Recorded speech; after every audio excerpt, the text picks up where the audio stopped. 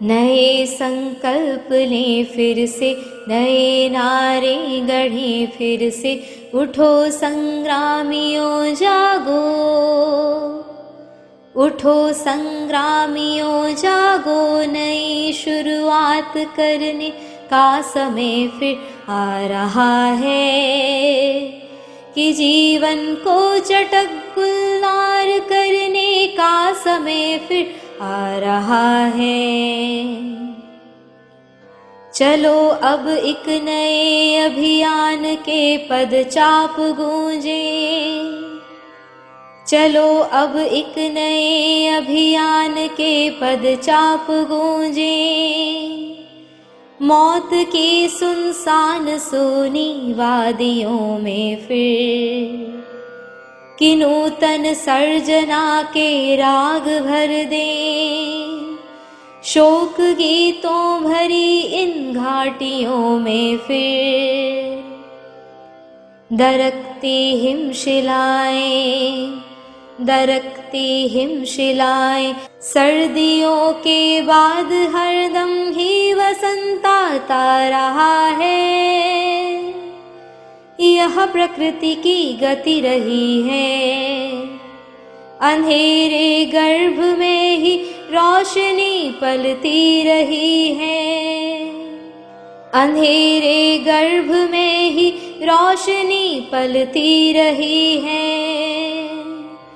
पराजय झेलने पर भी शिविर में न्याय की हरदम मशालें जीत की जलती रही है। पराजय आज का सच है, पराजय आज का सच है। समर तो शेष है फिर भी, उठो ओ सर्जकों, नव जागरण के सूत्र रचने का समय फिर आ रहा है, कि जीवन को चटक गुलजार करने का समय फिर आ रहा है। नए संकल्प लें फिर से, नए नारे गढ़ें फिर से। उठो संग्रामियों जागो, उठो संग्रामियों जागो। नई शुरुआत करने का समय फिर आ रहा है, कि जीवन को चटक गुलजार करने का समय फिर आ रहा है, फिर आ रहा है, फिर आ रहा है। काम शांति। कुछ पल की जिंदगानी, एक रोज सबको जाना है। बरसों की तू क्यों सोचे, पल का नहीं ठिकाना है। मलमल के तूने अपने तन को जो है निहारा, निखारा। इत्रों की खुशबू से महके शरीर सारा। काया ना साथ होगी ये बात ना भुलाना। बरसों की तू क्यों सोचे, पल का नहीं ठिकाना। मन है हरि का दर्पण, मन में इसे बसा ले। करके तू कर्म अच्छे, कुछ पुण्य धन कमा ले। कर दान और धर्म तू, प्रभु को गर है पाना। बरसों की तू क्यों सोचे, पल का नहीं ठिकाना। आएगी वो घड़ी जब कोई भी ना साथ होगा। कर्मों का तेरे सारे एक एक हिसाब होगा। ये सोच ले अभी तू, फिर वक्त ये ना आना। बरसों की तू क्यों सोचे, पल का नहीं ठिकाना। कोई नहीं है तेरा, क्यों करता मेरा मेरा। खुल जाए नींद जब ही, समझो वही सवेरा। हर भोर की किरण संग हरि का भजन है गाना। बरसों की तू क्यों सोचे, पल का नहीं ठिकाना। एक पल की जिंदगानी, एक रोज सबको जाना। बरसों की तू क्यों सोचे, पल का नहीं ठिकाना। जीवन अनित्य है, जो कुछ हो रहा है सब कुछ क्षणभंगुर है। अभी अभी है और अभी अभी नहीं है। अभी अभी निंदा, अभी अभी स्तुति, अभी अभी जय, अभी अभी पराजय। अभी अभी खुशी, अभी अभी दुख। मौसम बदल रहा है, जीवन बदल रहा है, व्यक्ति बदल रहे, सब कुछ बदल रहा है। और ऐसे अनित्य संसार में आकर हम यदि कहीं पर फंस रहे, अटैच हो रहे, तो वही दुख का कारण बन जाएगा। और जो जीवन में लंबा समय तक चलता है, अंत में वही याद आता है। इसलिए कहा जाता है कि धन्य है वो आत्माएं जो परमात्मा याद में, स्मृति में शरीर छोड़ती है। और ब्राह्मणों के लिए क्या गायन है? हरि का द्वार हो, मधुबन का तट हो, ज्ञान अमृत मुख में हो, ब्राह्मण परिवार का साथ हो, तब प्राण तन से निकले। मधुबन का तट हो, हरि का द्वार हो, ज्ञानामृत मुख में हो, ब्राह्मण परिवार का साथ हो, तब प्राण तन से निकले। किसको निकलना है तो निकल लो। तो यज्ञ के इतिहास में ऐसी एक आत्मा हुई कि जो मुरली सुनते सुनते सुनते बाबा के पास पहुंच गई। ये हमारे चाहने से नहीं होगा, ये जीवन भर की जो धारणा है उसका परिणाम होगा। तो यज्ञ इतिहास का ये काफिला कहाँ रुका हुआ है? कराची। और कराची में ढेर सारी बातें हमने देखी और लगभग सारी बातें अभी पूरी हो गई है। तो अभी हमें भारत आ जाना चाहिए।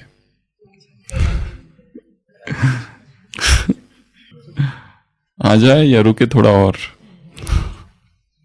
स्टीमर इंतजार कर रहा है कराची पोर्ट पर ओखा बंदर के लिए रवाना होने के लिए, परंतु हम फिर भी थोड़ा देर और रुकेंगे क्योंकि कुछ काम बाकी है, कुछ आत्माओं के अनुभव बाकी है।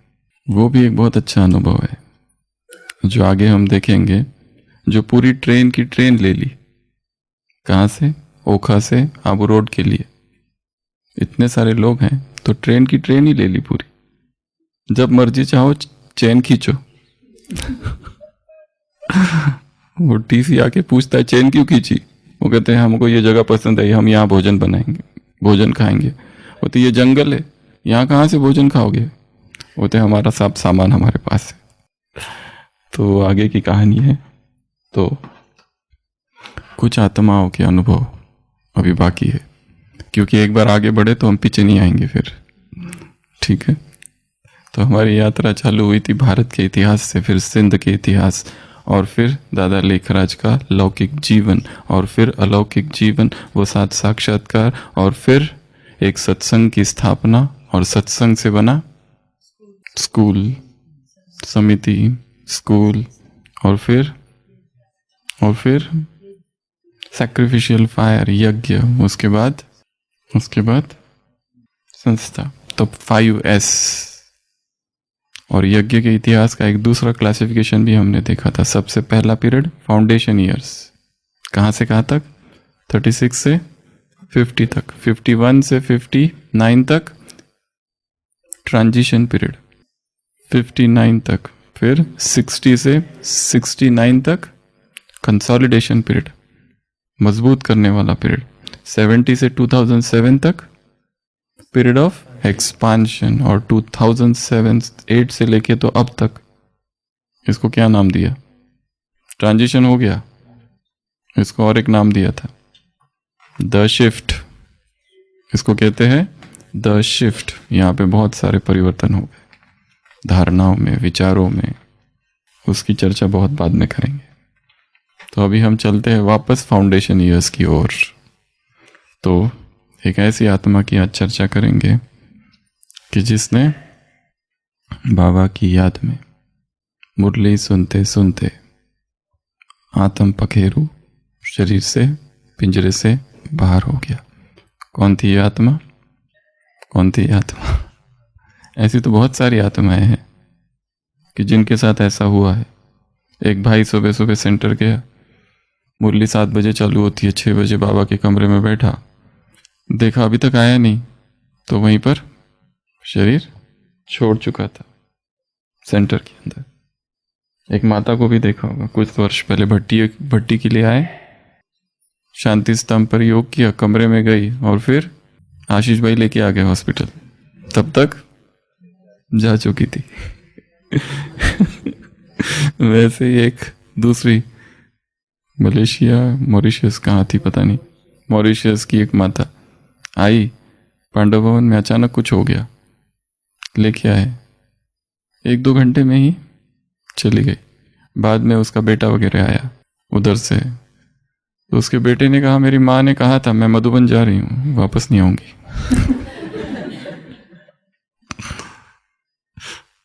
और ठीक ठाक थी वो, अचानक ही कुछ हो गया उसको। तो ऐसी एक आत्मा जिसकी हम आज चर्चा करेंगे वो थी यशोदा माता, यशोदा मैया, जिसका दूसरा एक नाम था पाला माँ, पालू की मम्मी। पालू कौन थी? पालू क्यों कहते थे उसको? एक थी संतरू बेटी, एक थी पालू बेटी। संतरू अर्थात संतरे जैसी, और एक थी पालू। आम जो है उसका नाम, उधर का जो आम था उस समय, जो आम मीठा वाला आम आता था उसको पाली नाम था। तो ये पाली आम जो था उस जैसी मीठी थी, इसके लिए इसको नाम क्या दिया? पालू। तो आज इस आत्मा की जीवन की थोड़ी झलकियां हम देखेंगे। और जैसे कहा, इतिहास हम इसलिए अध्ययन कर रहे हैं कि इतिहास में जो लोग हुए हैं उनके जीवन से हम कुछ सीखे। उनके जीवन में कुछ ऐसी धारणाएं थी जिन धारणाओं ने उन्हें मजबूत बना के रखा। उनके जीवन में भी बहुत सारे उतार चढ़ाव थे, हमारे जीवन में भी अब है। और ऐसे उतार चढ़ाव में आत्मा अपनी शक्ति खो देती है, दिल शिकस्त, उदास हो जाती है, ज्ञान योगी छोड़ देते पुरुषार्थ करते करते। तो जब ऐसी घड़ी आती है लो, तब कुछ आत्माओं के जीवन चरित्र जैसे हम स्टडी करते हैं, पढ़ते हैं, समझते हैं, तो अचानक जीवन में फिर से नई ज्योति, नया प्रकाश आ जाता है। चाहे वो व्यक्ति हमारे सामने हो या इतिहास के पन्नों में हो, उससे फर्क नहीं पड़ता है। चाहे हमने उस व्यक्ति को देखा हो या न देखा हो, उससे कोई फर्क नहीं पड़ता है। क्योंकि जो व्यक्ति सामने है, आदर्श है, उसके इर्द गिर्द कितने लोग हैं पर कोई भी उससे कुछ नहीं सीख रहा है, ये भी हो सकता है। और दूर कोई बैठा है, उसके लिए वो व्यक्ति आदर्श है और उससे कितना कुछ सीख लेते हैं और धारण भी कर लेते हैं, ये भी हो सकता है। इसलिए वो व्यक्ति का समीप होना न होना कोई मायने नहीं रखता, वो व्यक्ति का साकार होना या न होना उससे कोई फर्क नहीं पड़ता। वो व्यक्ति अब है या इतिहास में कभी होके गया, कोई फर्क नहीं पड़ता।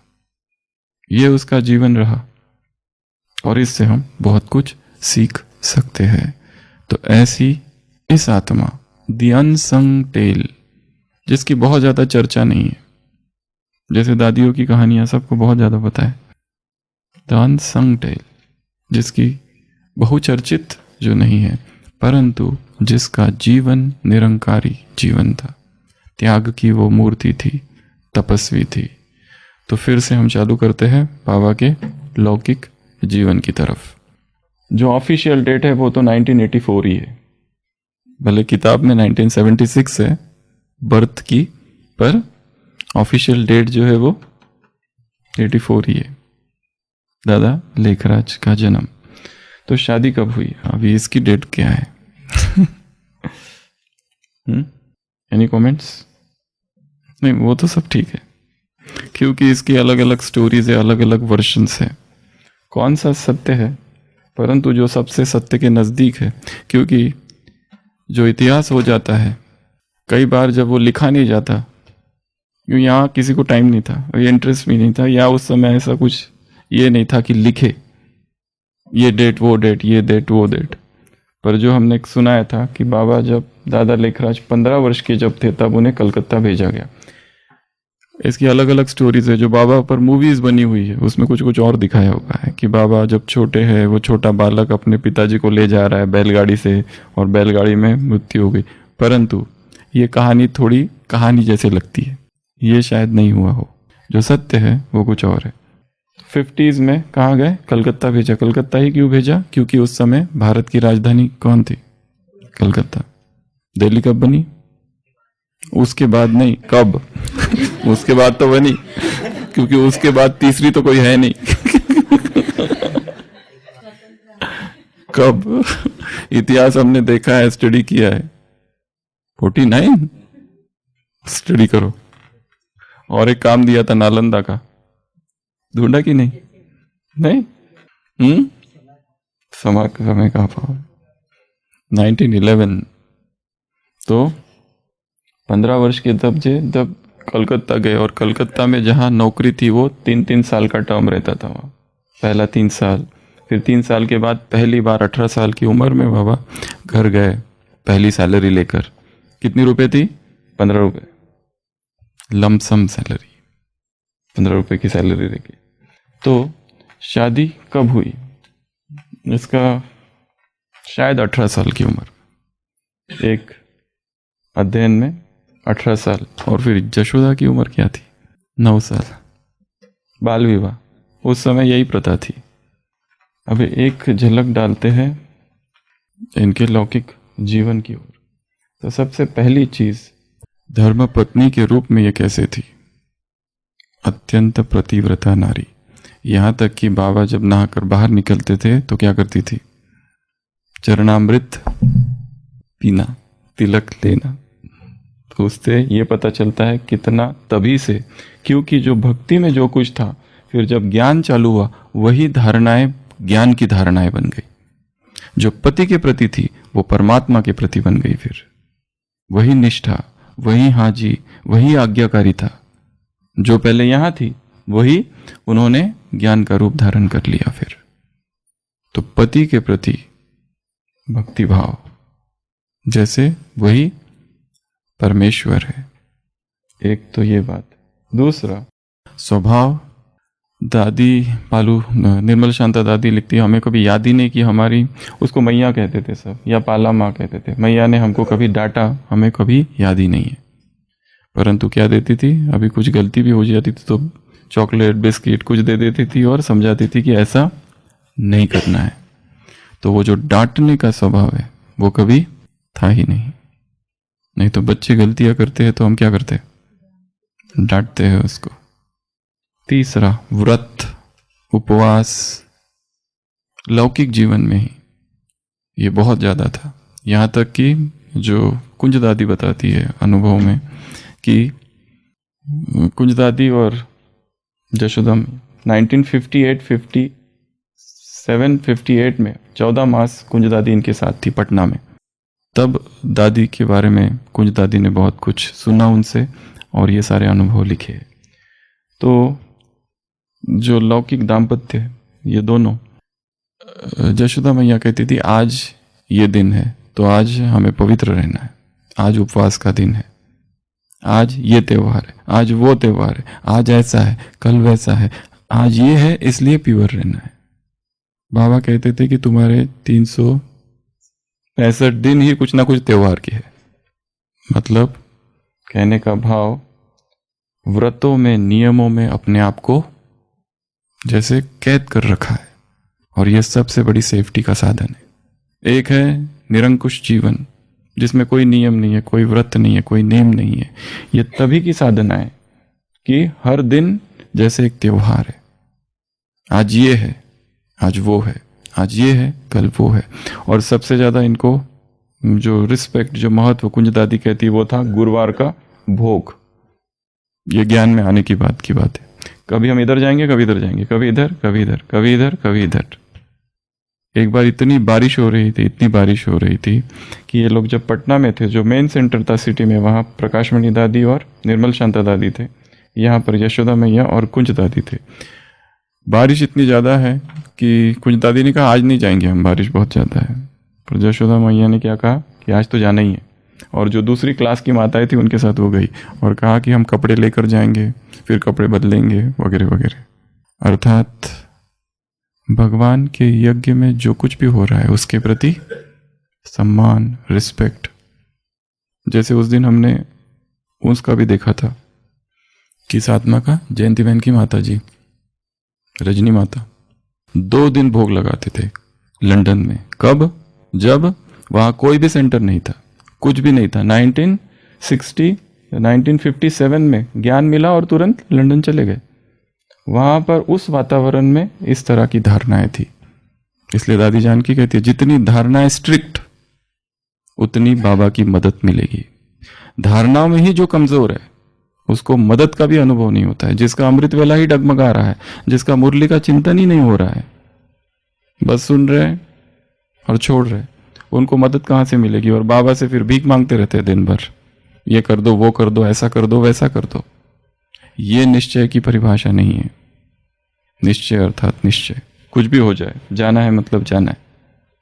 इसलिए जैसे मौसम बदलता है, क्लास में मुरली सेंटरों पर आने वालों की संख्या में परिवर्तन आता है। ठंड के साथ, बारिश के साथ और धूप, सब में अलग अलग अटेंडेंस होती है। अमृत वेले का तो कैसे रिकॉर्ड रखेंगे, वो तो उससे भी सूक्ष्म है। तो ये एक बात। दूसरा जब से सबसे पहला किशन, फर्स्ट बेटा, दूसरा कलावती, इसका क्या हुआ? बचपन में ही इसने शरीर छोड़ दिया। तीसरा पालू, चौथा पुट्टू, पांचवा नारायण और छठवा सूर्य। थोड़ा आगे बढ़ते हैं। 1950 में यहाँ आ गए और नारायण दादा ने क्या कहा कि मैं मुंबई जाता हूँ। और फिर 1954 में शादी की ज्योति, और उसी के साथ सूर्या जो थी वो भी गई। उसने फिर बाद में भी शादी की 62 में, ओम प्रकाश। तो ये दो। नारायण दादा ने बाबा को खत लिखा 54 में कि मेरी शादी है, उसका इनविटेशन कार्ड भेजा, तो आप आओ। उसी समय जशोदा मैया भी वहीं पर है मुंबई में। तो जैसे ही तार मिला बाबा को, बाबा ने कहा जशोदा मैया को आप आ जाओ इधर वापस माउंट आबू। नारायण दादा ने जशोदा मैया को बहुत रिक्वेस्ट किया कि तुम आप रुको, 2-3 दिन में ही मेरी शादी है अभी। पर ऊपर से ऑर्डर आ गया, और वो ऑर्डर किसी पति का नहीं था, वो ब्रह्मा का ऑर्डर था। इसलिए वो रुकी नहीं, वापस। वो बाबा, कौन सा बाबा जिसने अपने पहले बेटे की शादी इतनी धूमधाम से की? वो बाबा जिसने पुट्टू की शादी, ये भी हमने देखा था कि कैसी थी। मनोरेंद्र दादी डिस्क्राइब करती है ना, वो शादी ऐसी थी कि जैसे देवताओं की शादी हो रही है, इतना थाट बाट। वो बाबा जिसने अपनी दूसरी बेटी पालू की भी शादी कराई इतने धूमधाम से, और यहाँ बीच में ज्ञान मिल गया। अब वही शादी की परिभाषा बदल गई, शादी है बर्बादी, चेंज हो गया कॉन्सेप्ट। अब तक जिसने इतनी शादियां कराई, वहां पे कॉन्सेप्ट बदल गया। और नारायण दादा जा रहे, उसको कुछ भी नहीं दिया जाते समय, क्योंकि वो तो यज्ञ का ही बच्चा है, उनका भी बच्चा है, पर कुछ भी नहीं दिया, कोई पैसे नहीं, कुछ नहीं। उसमें एक पॉजिटिव एस्पेक्ट भी है कि एक व्यक्ति जिसके पास कुछ भी नहीं है, वो मुंबई जैसे शहर पहुंचता है और इतना बड़ा कुछ कमाई करके दिखाता है। ये एक अलग पुरुषार्थ है। कहते हैं बाबा, उनका जो बंगला था परिजात नाम का, मरीन लाइंस पर अभी भी है, वहाँ जब एक बार गए थे, मुरली चलाने गए थे बस, वो भी ऐसे कि जैसे बिल्कुल कोई आसक्ति नहीं है। बाद में बेटा है, अनासक्त वृत्तियां, योगी अर्थात लौकिक में भी अनासक्त। फिर आते हैं इधर। तो ये जो यशोदा है, शुरुआत से ही त्याग मूर्ति रही है, शुरुआत से ही तपस्वी मूर्त रही है। भक्ति में भी नियम, व्रत, और नाम उनका था यशोदा। और जैसे हमने कहा, यज्ञ इतिहास में सबसे पहले तो ब्रह्मा को ही क्या माना गया? भगवान, गॉड ब्रह्मा। ये जो है इसी को, क्योंकि इसी में सारे साक्षात्कार होते थे। सेकंड स्टेप आई अंगुष्ठाकार या एग, और फिर ज्योति बिंदु, वो बहुत बाद में। सभी दादियों के वर्षन में एक ही चीज आती है कि ज्ञान स्पष्ट नहीं था, धीरे धीरे धीरे ज्ञान स्पष्ट हुआ। तो इनमें भी वो किसको देखती थी? कृष्ण को, परंतु उनका नाम था यशोदा। तो इसमें किसको देखती थी? बाल कृष्ण को। तो वो एक भाव था। ये प्रश्न पूछा गया दादी से, आपने बाबा को बाबा कब से कहना चालू किया? तो उन्होंने कहा कि जब से सब लोग मम्मा को मम्मा और बाबा को बाबा कहने लगे, मैं भी तब से ही कहने लगी। और बाबा ने एक शर्त रखी थी, अगर तुम्हारे निश्चय की परीक्षा है तो ये जो है ये कन्या वो तो छोटी है, और वास्तव में देखा जाए तो उसकी शादी होने वाली थी। तो यशोदा ही कहती है बाबा से कि बाबा इसको मीरा बनाओ, इसको उधर मत जाने दो, उसकी लौकिक रिश्तेदार है वो। परंतु बाद में वही छोटी राधा, ओम राधा मम्मा बन रही है, तो बाबा कहते तुम्हें उसकी गोद में जाना है छोटी बच्ची बनकर, तभी ये माना जाएगा कि तुम मर्जीवाद जन्म तुम्हारा हुआ है, तब तक नहीं। उसमें भी वो निरंकारी है। और सबसे दूसरी बात, यशोदा मैया ने कौन सी सेवा की, तो उन्हें कोई पर्टिकुलर सेवा नहीं दी गई कराची पर। यहाँ जब मधुबन माउंट आबू में आए तब वो सब्जी डिपार्टमेंट देखती थी। उसमें एक बात बहुत अच्छी और सूक्ष्म है, वो ये कि ये पूछा गया कि आप कौन सी सेवा लोगे। बाबा ने पूछा तो यशोदा मैया ने कहा था मैं झाड़ू पोछा लगाने की सेवा लेती। वो बहुत ऊंचे कुल से आई हुई है पहले ही लौकिक में, और यहाँ पर भी जो यज्ञ का फाउंडर है उसकी वाइफ है। फिर भी कौन सी पोस्ट ली, जब पूछा कि आप कौन सी सेवा करोगे, उन्होंने कहा झाड़ू पोछा लगाने की। क्यों?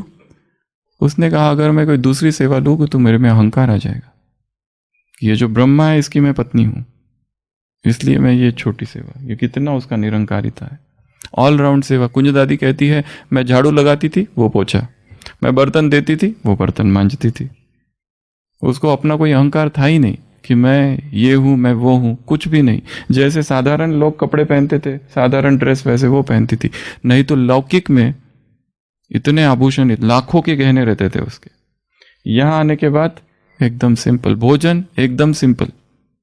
तो चाहे भोजन की बात, चाहे वस्त्रों की बात, चाहे सेवा की बात, हर चीज में बहुत निरंकारी। और दूसरी और एक जो कुंज दादी कहती है कि जब तक वो मैं नहीं आती थी तब तक खाना नहीं खाती थी। वो कहती थी बिना कुमारियों को खिलाए मैं कैसे खाऊं, बिना दूसरों को खिलाए खाना ही नहीं खाती थी। एक एक चीज जो है बड़ी बड़ी सूक्ष्म है और हमें बहुत सारी चीजें सिखाती है। हर आत्मा के जीवन में कहीं ना कहीं त्याग छिपा है। और यही नहीं, हम में से यहां भी सब लोग बैठे हैं, हमारे जीवन में भी बहुत सारा त्याग छिपा हुआ है हर एक में। पर कई बार हम अपने ही त्याग के महत्व को भूल जाते हैं और साधारण हो जाते हैं। तो निरंतर वो नशा रहे। तो कहने का भाव कैसा इनके जीवन में हर जगह त्याग समाया हुआ है। बाबा ने अपनी चल अचल सारी संपत्ति क्या कर दी, स्वाहा कर दी, और एक कमेटी बनाई 17 फरवरी 1937 कमेटी बनी, अपना सब कुछ दे दिया, सारे गहने दे दिए, सारे गहने दे दिए, और एक चीज रखी बस। कौन सी चीज रखी? नथनी। बाबा ने कहा ये नहीं देना है क्या? बाबा ने कहा, उसने कहा ये तो सुहाग की निशानी है आपका।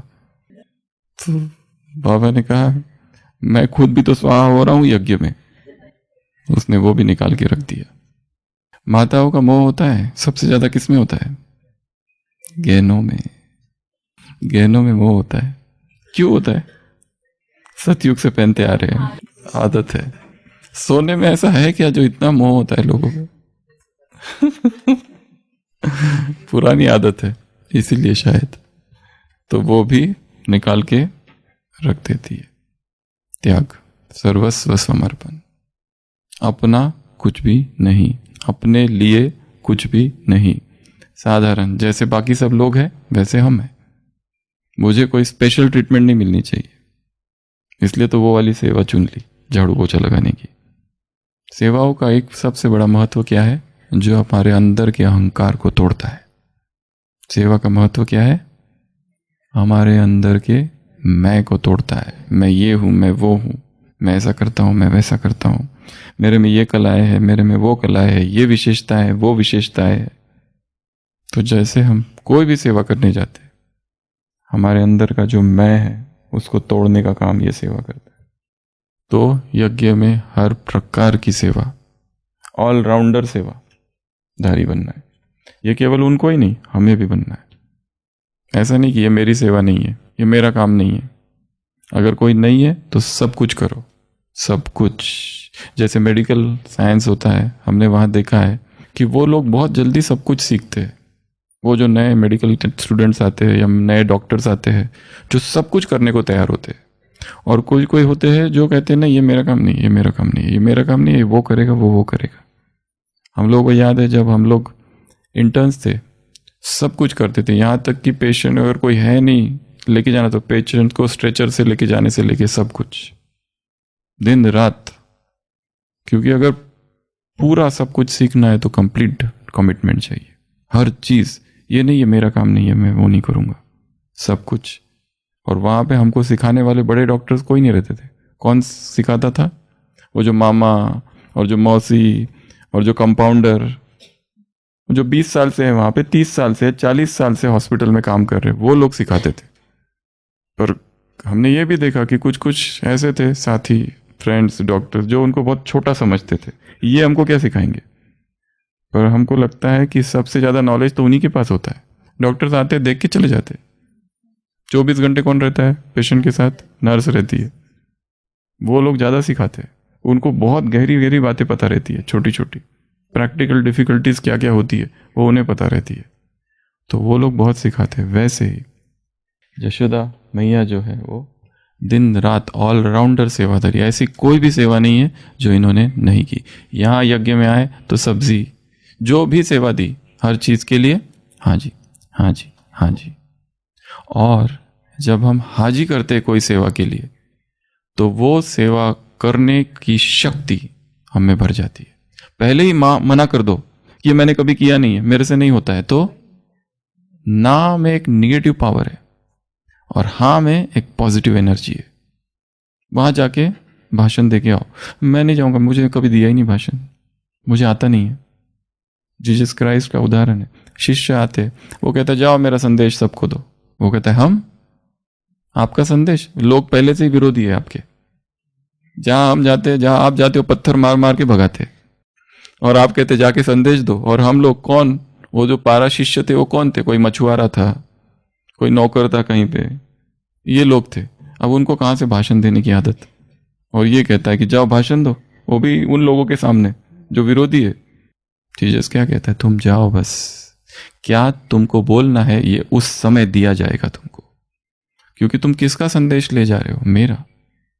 It shall be given unto you at that hour. वो तुमको दिया जाएगा, तुम बस खड़े हो जाओ जाके, अपने आप उस समय अवतरित होगा वो पॉइंट कि ये बोलना है। तो ये काम है। तो कहने का भाव ना जी नहीं, हर चीज में क्या करना है? हाँ जी।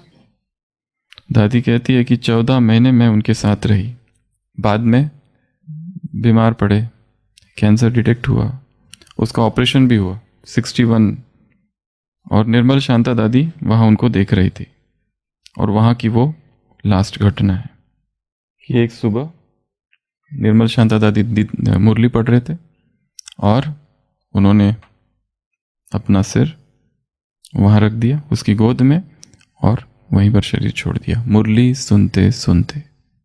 बाबा से कभी एक प्रश्न पूछा गया, कोई एक दूसरी दादी थी, उसका नाम हमें याद नहीं आ रहा है, वो गुड़गांव कहीं जाती है और वहाँ शरीर छोड़ती है। तो बाबा को पूछा गया, बाबा आप तो कहते हो मधुबन का तट हो, हरि का द्वार हो, पर वो तो वहाँ थी, फिर कैसे? फिर उसकी क्या गति है? बाबा ने तब भी कहा था, मधुबन अर्थात मधुबन किसी स्थान का नाम नहीं है, केवल मधुबन जो है उसकी केवल भौगोलिक परिभाषा नहीं है। ये जो 4 दीवारें हैं ये मधुबन नहीं है। मधुबन निराकार है। जहां जहां परमात्मा की मुरली चल रही है वो मधुबन है, जहां पवित्रता है वो मधुबन है, जिसके मन में परमात्मा मुरली का चिंतन मनन हो रहा है वो स्थान मधुबन है, जिसके मन में निरंतर सेवा का भाव है वो मधुबन है, जिसके मन में यज्ञ के प्रति आदर सत्कार सम्मान है, जो रक्षक है यज्ञ के, वो मधुबन है। तो इसलिए मधुबन किसी भौगोलिक व्यवस्था का नाम नहीं है केवल, नहीं तो सब कहेंगे हमको मधुबन में आके शरीर छोड़ना है। यहाँ भीड़ लग जाएगी स्ट्रेचर पर जाने वालों की, बस लास्ट मोमेंट है, चलो इधर। इतना आसान भी नहीं है, सस्ता, इतना सस्ता सौदा नहीं है।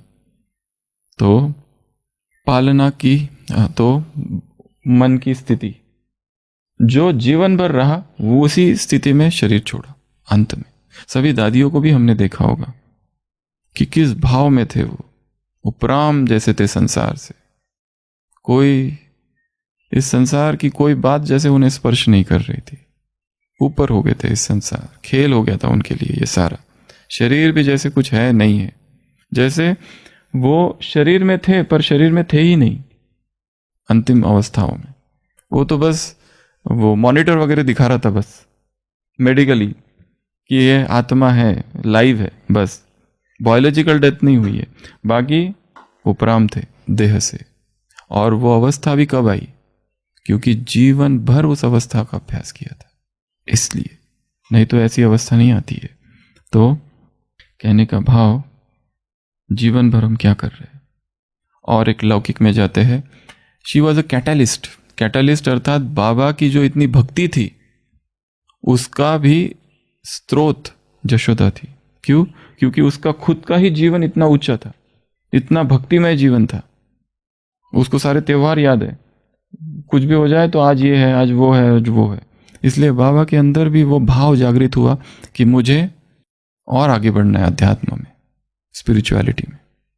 दूसरी एक बात जो हम सबको पता है, जब बाबा 60 वर्ष के आसपास थे और साक्षात्कार अभी हुए नहीं थे, ये प्रस्ताव किसका था? वानप्रस्थ का, यशोदा का। पर बाबा ने क्या कहा था? नहीं, अभी रुको, थोड़ी कमाई और करता हूँ, थोड़ी कमाई और करता हूँ। मतलब इनके मन में तो पहले से ही वैराग है, जो बाबा में भी नहीं है अभी। वो अभी सोच रहे विस्तार का, तो इसके मन में तभी से वैराग है। हाँ, बच्चों के लिए और कुछ करूँ। पालना की शक्ति एक बहुत अच्छी शक्ति है जो हमें धारण करनी है, सबकी पालना करनी है, चाहे छोटे या मन से बड़ों की भी। जब हमको लगता है ये ऐसा नहीं करना चाहिए, वैसा नहीं करना चाहिए, तब दादी गुलजार ने कभी कहा था, छोटी बहनें आ गई थी कहीं दादी के पास और सब कंप्लेंट्स करने लगी अपने इंचार्ज की कि हमारी ऐसी करती है, वैसी करती है, ये करती है, वो करती है। दादी को एकदम घेर लिया सबने। दादी अब आप बताओ क्या करना चाहिए, वो सारी छोटी छोटी बहनें। दादी का क्या उत्तर था? दादी ने कहा था, मन से ये सोचो कि मैं उसकी माँ हूं। क्या सोचो? मैं उसके सामने मत बोलना बट पालना की शक्ति, मुझे उनकी पालना करनी, माँ बनके सूक्ष्म रूप से। क्योंकि हर आत्मा जो कुछ कर रहा है उसका कुछ तो कारण है। किसी के स्वभाव में चिड़चिड़ापन आ गया, ऐसे ही नहीं आ गया है वो। इसका मतलब ये नहीं कि वो तपस्वी नहीं है, वो योगी नहीं है, वो दूसरों की निंदा करता है। इसका मतलब ये नहीं कि उसके जीवन में त्याग, तपस्या, प्रेम नहीं है, बाबा से उसे कम प्यार है। वो सब है, पर परिस्थितियों ने उसे ऐसा बना दिया, क्या करे। वो चिड़चिड़ापन आ गया, वो बाह्य मुक्ता आ गई। सेवा इतना विस्तार था सेवाओं का कि सेवाओं की वजह से वो तपस्या ही छूट गई। वो अंदर ज्ञान का चिंतन, मनन, अध्ययन हो नहीं पाया, इसलिए स्वभाव ऐसा बन गया। इसका मतलब ये नहीं कि वो हमसे पीछे है, वो फिर भी हमसे आगे है। और उसका निश्चय इसकी वजह से तो 40 साल 50 साल से यहाँ है। हमने अगर वो सहन किया होता जो उसने सहन किया तो शायद हम भाग गए होते। उसके पास अनुभव है और अच्छा है, वो होना चाहिए। तो बड़ी सूक्ष्म बातें हैं ज्ञान की, जो अभी अभी सुना रहे थे इंग्लिश में भी, कि दादी जान की पूना में थी और दादी ने बाबा को खत लिखा, बाबा यहाँ पर इतने विद्यार्थी आ रहे, इतने स्टूडेंट्स आ रहे, सभी इतने निश्चय बुद्धि है, बहुत अच्छा, सबकी लगन है। बाबा ने कहा ये हो नहीं सकता, ऐसे कैसे होगा, सबकी लगन है और सारे आ जाए उस समय। बाबा ने कहा एक काम करो, कल सेंटर क्लास में अनाउंस किया करो कि आज से मुरली क्लास कल से बंद, सेंटर का दरवाजा नहीं खुलेगा। तो दादी ने वैसा ही किया, मुरली क्लास के टाइम पे दरवाजा बंद। और बहुत देर के बाद फिर दरवाजा खोला तो देखा एक भाई बैठा हुआ है वहां। उसको पूछा तुम क्या कर रहे हो? वो कहता है अरे भगवान धरती पर आया हुआ है, बिना मुरली सुने स्वर्ग का राज्य कैसे प्राप्त होगा? सुबह से बैठा हुआ है वो। तो दादी ने खत लिखा बाबा को, बाबा ये ऐसा हुआ। बाबा ने कहा बस ये एक ही है निश्चय बुद्धि, बाकी सब फेल, इतना निश्चय। तो वैसा ही निश्चय यशोदा मैया को भी था। इसलिए नहीं कि उसके पति में भगवान आ रहे, वो शिव बाबा पर निश्चय था कि ये है जिसको हम इतने समय से ढूंढ रहे थे, वो अब इस तन में आया है, इसके लिए वो उनसे भी एक डिटैचमेंट थी। और सबसे बड़ी बात, जब निर्मल शांता दादी के पास उन्होंने शरीर छोड़ा, निर्मल शांता दादी ने बाबा को खत लिखा। बाबा का उत्तर क्या था? तुम्हारी अम्मा और मेरी बीवी तुम्हारी अम्मा कब गए? 1961। ये दो घटनाएं ऐसी है बाबा के जीवन में, 1961 और 65। अगर कोई दूसरा व्यक्ति होता तो उसको हिला दिया होता। 1961 में लौकिक पत्नी ने शरीर छोड़ा और 65 में जिसको सारी रिस्पॉन्सिबिलिटी एडमिनिस्ट्रेटिव पावर्स दे रखी थी, जो सब कुछ देख रही थी, जैसे हमने देखा कराची में और हैदराबाद में सब जगह किसकी साइन है? सारे कोर्ट और सारे डॉक्यूमेंट्स में जितने खत सारे जगह भेजे, किताबें जो निकली उसमें किसकी साइन है? इसमें ओम राधे की साइन है। वही चली गई 65 में। और 61 में बाबा तो आए भी नहीं मुंबई में, अंतिम संस्कार में भी नहीं थे। किसने अटेंड किया फिर? वहाँ के जो भी बच्चे थे उस समय, रमेश भाई, उषा बहन, शायद डॉक्टर निर्मला, ये सारे जो लोग, नलिनी बहन परिवार, ये सारे लोग जो थे वहाँ के सेवा केंद्र में आने वाले, उन्होंने, बाबा गए भी नहीं वहाँ। मुंबई में शरीर छोड़ा, वहीं पे अंतिम संस्कार, माउंट में नहीं। 1961 डेट्स को पकड़ के चलना है, ठीक है? टाइमलाइन बहुत जरूरी है हिस्ट्री में, क्योंकि ये हमारे बहुत काम आएगा। तो बीवी मरे तो हलवा, और अम्मा मरे तो हलवा। बहुत बड़ा चैप्टर है ये, इतना आसान नहीं है। लौकिक में मोह होता है ज्ञानियों का, जो दूसरों को आत्मा की अमरता की बातें सुनाते हैं, उनकी आंखें आंसुओं से भीग जाती है रो रो के। ऊपर से तो आत्मा अमर है, अविनाशी है, मृत्यु प्रवचन दूसरों के लिए, और अंदर से दुख। और वो दुख भी क्यों होता है? क्योंकि अटैचमेंट है, निक गहरी अटैचमेंट है। बाबा ने कितना अंदर से काम किया होगा, सारे रिश्ते नाते अटैचमेंट्स को खत्म कर दिया। इसका मतलब ये नहीं कि उसको प्यार नहीं है। सेम विश्व किशोर भाव ने जब शरीर छोड़ा, रात भर योग किया, रात भर सकाश दी, और जब शरीर छोड़ा बाबा को पूछा, वो डेड बॉडी को लेके आए माउंट आबू, क्या कहा? आत्मा तो चली गई, अब क्या करना है? नष्टो मोह। तो इतना त्याग, क्या क्या सीखेंगे? ये एक सीख लिया, और क्या करेंगे? सबकी पालना, एक नया शब्द है, पालना की शक्ति, पालना करने की शक्ति। किसकी पालना करनी है? केवल जो छोटे हैं उनकी नहीं, जो साथी है उनकी भी, जो बड़े हैं उनकी भी, सबकी मां बनना है। जगदम्बा, केवल एक की नहीं, सबकी। और जहां रखे वहीं मधुबन। ये नहीं, जिद नहीं करते बैठना है मुझे ये डिपार्टमेंट में रहना है, मुझे नीचे ही रहना है, मुझे ऊपर रहना है।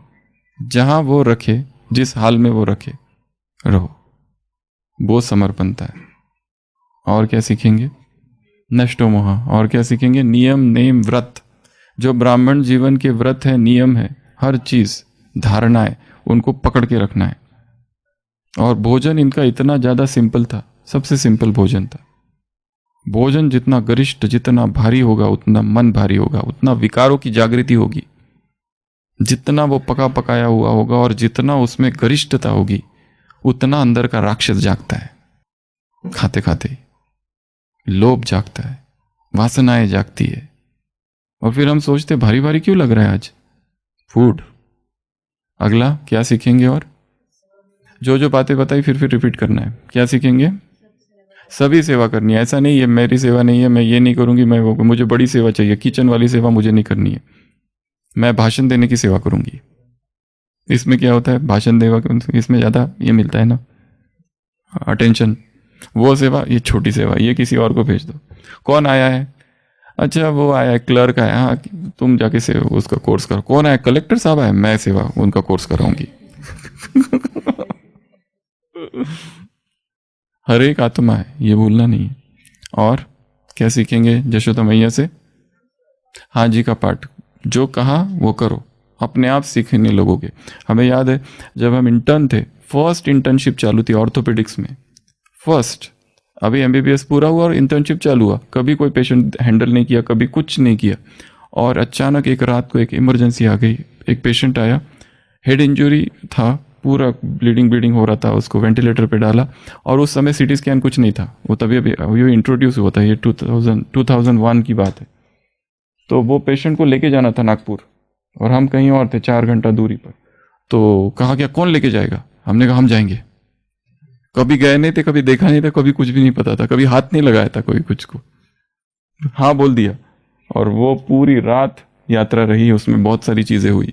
कहीं ऑक्सीजन फेल हो गया, हमको समझ में नहीं आ रहा है, पर हम अपना वो तो भक्ति में थे हम, जय हनुमान ज्ञान गुण सागर जय कपी सती लोक उजागर मंत्र जाप और ये सब करते करते वो पेशेंट को लेते हुए पहुंचे। पर बहुत सी बातें हुई, पर बहुत कुछ सीखने को मिला। वो फर्स्ट अनुभव था, फर्स्ट। अभी उसका एक एक चीज नोट कर रहे, पल्स पे हाथ है, कितना ये है, फिर उस पेशेंट उल्टी कर रहा है, वो ईटी ट्यूब में से ब्लड आ रहा है, पूरा हमारा कपड़े खून खून से ये हो गए। पर हमने कहा इसको मैं पहुंचा के रहूंगा कुछ भी होता, बीच में ऑक्सीजन चला गया, अभी क्या करूं, ऑक्सीजन खत्म। वो वहाँ वर्धा में, फिर वो हॉस्पिटल में पूरी गाड़ी लेके गया, फिर वहाँ पे नहीं था, फिर दूसरी जगह लेके गया, फिर वहाँ से देखा अंदर घुसा, कोई भी नहीं था, फिर वहाँ से एक सिलेंडर लिया और दूसरा सिलेंडर चेंज किया। वो लाइन आउट हो गई, अंधेरे में टॉर्च में वो एक था बेचारा ड्राइवर, उसको कहा टॉर्च पकड़ो, और फिर लाइन लिया और फिर चालू परंतु हम मना कर सकते थे कि मुझे नहीं करना है, क्योंकि मैंने कभी किया नहीं। हमने कहा हाँ, किसी ने ये नहीं पूछा कि तुमने कभी गए हो कि नहीं, इतना पावरफुली कहा हाँ, तो उसने कहा भेजो इसको पहुंचे, पेशेंट को सीटी स्कैन के टेबल पर लिया, वहां उसने दम छोड़ा, उसने शरीर छोड़ दिया, क्योंकि बहुत भयंकर ब्लीडिंग था अंदर। वो जाने वाला ही था, परंतु पहली बार हमने तो सीटी स्कैन देखा वहां पर, पहली बार देखा। उस समय इंट्राकार्डियक इंजेक्शन दिया करते थे यहाँ सीधा हार्ट में, अभी तो नहीं देते हैं। तो वो सब वहाँ देखा, और फिर वापस पेशेंट की तो डेथ हो गई। अभी आते समय वापस पीछे डेड बॉडी, हम आगे बैठे हुए। आते समय पेशेंट जिंदा था, पर अब जब जा रहे वापस, और फिर अचानक गीत बजा, राजी तेरी रजा में मुझे एतराज क्या है तेरे पास बिजली आए मेरे पास आशियाना। तो कुछ ना कुछ तो सीखा, हाँ जी कर दो तो सीखोगे, नहीं भी आता है तो आना चलोगा। और क्या सीखेंगे यशोदा मैया से? आभूषण लास्ट, बचा के नहीं रखना, कुछ दे दो, सब समर्पण कर दो, मिल जाएगा। जितना जो पकड़ के रखता है ना उसको कम मिलता है, जो इधर से आता है इधर से जाने देता है, आते ही रहता है। यहाँ इतनी टोलियां कहाँ से आती रहती है, यह सबसे बड़ा उदाहरण है। रोज देखते हैं टोलियां, आज नहीं है रोज अपने आप आ जाती है, रोज बांट देते हैं रोज आती है, रोज बांटते हैं रोज आती है, अपने आप ही आती है। ना तो हम लोग किसी से बोलते हैं कि यहाँ कुछ दो, कभी कुछ नहीं बोला ना हम लोगों के पास ना हम लोगों को किसी को कहते हैं फोन करके भैया आपको टोली बांटनी है, कभी कुछ नहीं, अपने आप आती है। रखिए कल लेके आ जाना। और क्या सीखेंगे? त्याग। और क्या सीखेंगे? सेवा करते रहने, हर प्रकार की सेवा करनी है, झाड़ू लगाने से लेकर तो भाषण देने तक हर प्रकार की सेवा। और ये कोई ज्यादा पढ़ी लिखी नहीं है, इसको कोई ये नहीं है, सिंपल सी माता है, ये घर गृहस्थी संभालना, ये सब करना। और त्याग कितना सूक्ष्म है जीवन में। तो बहुत महान बनने के लिए बहुत ज्यादा पढ़ाई की आवश्यकता नहीं है, वैसे भी बन सकता है व्यक्ति। और मुरली सुनते सुनते अंतमति सो गति, और निश्चय, और कभी भी व्यर्थ में नहीं गई। दादी जानकी जब छोटी थी तो दादी का सिर बड़ा था शारीरिक रूप से, लोग थोड़ा कमेंट्स करते थे तुम्हारा जो सिर है ना बहुत बड़ा है फिजिकली बड़ा सिर था। जब बाबा के पास आए तो बाबा ने भी कहा बच्ची तुम्हारा सिर बड़ा है, जनक बेटा कहते थे, बेटी नहीं बेटा, तुम्हारा सिर बड़ा है ना तो इसमें बहुत विशाल बुद्धि है तुम्हारी, इसमें रत्नों के अतिरिक्त और कुछ मत रखना। दादी ने कहा बस ये बात मैंने पकड़ ली, इसके लिए इस दिमाग में रत्नों के अतिरिक्त कुछ भी नहीं रखा, किसी की कमजोरी किसी का क्या, ये सब नहीं। और क्या सीखेंगे? एक दो बात लास्ट, वो हो गया आज्ञा का। और क्या सीखेंगे? धारणा हो गया, ऑलराउंडर हो गया, निरंकारिता हो गया, त्याग हो गया, और पालना, सबकी पालना करनी है। कन्याएं जब तक नहीं खाएगी तब तक मैं नहीं खाऊंगी। माँ बनकर रहना है। ब्रह्मा कुमारी अर्थात माँ, ब्रह्मा कुमारी अर्थात वो माँ बनना तो बहुत आसान है, शरीर से शरीरों को जन्म देना कोई भी कर सकता है।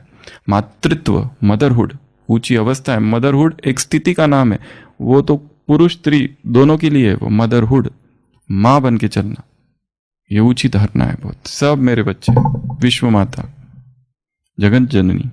और षष्ठो माँ, भोग के लिए, गुरुवार का भोग, चाहे बारिश हो रही है, हम लोग तो थोड़ी बारिश हुए तो आज छोड़ो, बारिश हो रही है कपड़े लेके गए, वहां चेंज करे। इतना प्यार, इतना रिस्पेक्ट। तो सभी सीनियर, सभी पूर्वज, सभी यज्ञ के आदि रतन हमें बहुत कुछ सिखाते हैं। केवल उनकी भक्ति नहीं करते बैठना है, वो भक्ति मार्ग हो जाता है। ये देखा गया है, जो भी संस्थाएं आती है संसार में, हेगियोग्राफी कहते हैं इसको। हेगियोग्राफी में क्या होता है, उसकी बायोग्राफी भी ऐसे लिखते हैं कि उसमें भक्ति की बातें होती है। उन्होंने ये कर दिया, उन्होंने ये कर दिया, जैसे चमत्कार कर दिया, और उसको अलग कर देते हैं। अब हमें कोई लेना देना नहीं, अब वो वहां है, हम यहाँ हैं। वो महान है, हम तो नहीं। हम उनकी पूजा करेंगे, उनकी आरती करेंगे, उनको वरदान अगर आशीर्वाद मिल जाए दादियों का तो बस मेरा कल्याण हो जाएगा। उनके आगे तो हम कुछ भी नहीं। ये एक भाव है। दूसरा है, जो उन्होंने किया वो मुझे करना है। भक्ति नहीं क्रिएट करनी है, तो उनको ज्यादा खुशी होगी। दादियों को खुशी तब नहीं होगी जब हम उनकी पूजा करने बैठे। जैसा उन्होंने किया, उनके जीवन में साइलेंस था, हमारे जीवन में कहाँ है? साइलेंस है ही नहीं। और फिर हम कहते हैं हम उनके अनुकरण कहाँ कर रहे हैं? कुछ भी नहीं कर रहे। ठीक है, तो जीवन बहुत छोटा है, इसलिए क्या कहा गीत में, जो करना है अभी करो।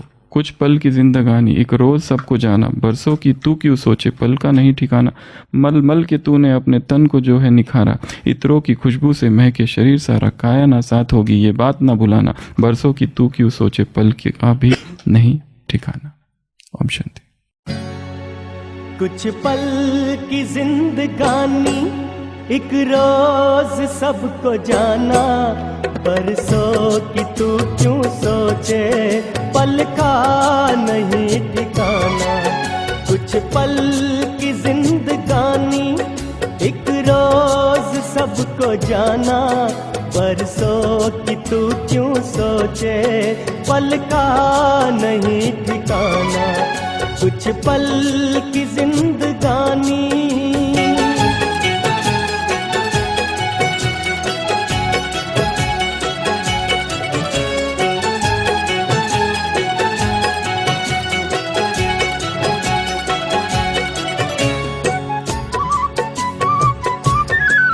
मल मल के तूने अपने तन को जो है निखारा, इत्रों की खुशबुओं से महके शरीर सारा। मल मल के तूने अपने तन को जो है निखारा, इत्रों की खुशबुओं से महके शरीर सारा। काया ये खाक होगी ये बात ना भुलाना, बरसों की तू क्यों सोचे, पल का नहीं ठिकाना। कुछ पल की जिंदगानी, एक रोज सबको जाना, बरसों की तू क्यों सोचे, पल का नहीं ठिकाना। कुछ पल की जिंदगानी।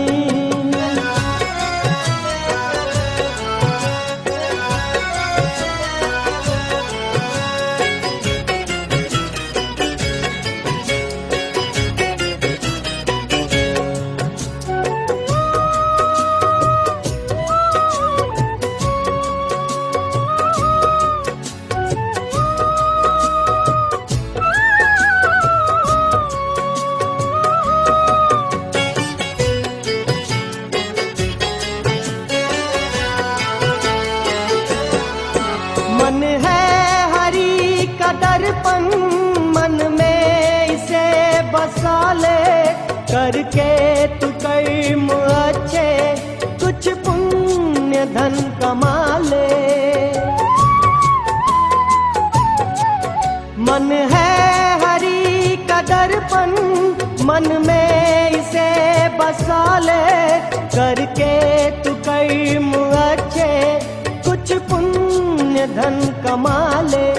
कर दान और धर्म प्रभु को अगर है पाना, बरसों की तू क्यों सोचे, पल का नहीं ठिकाना। कुछ पल की जिंदगानी, एक रोज सबको जाना, बरसों की तू क्यों सोचे, पल का नहीं ठिकाना। कुछ पल की जिंदगानी,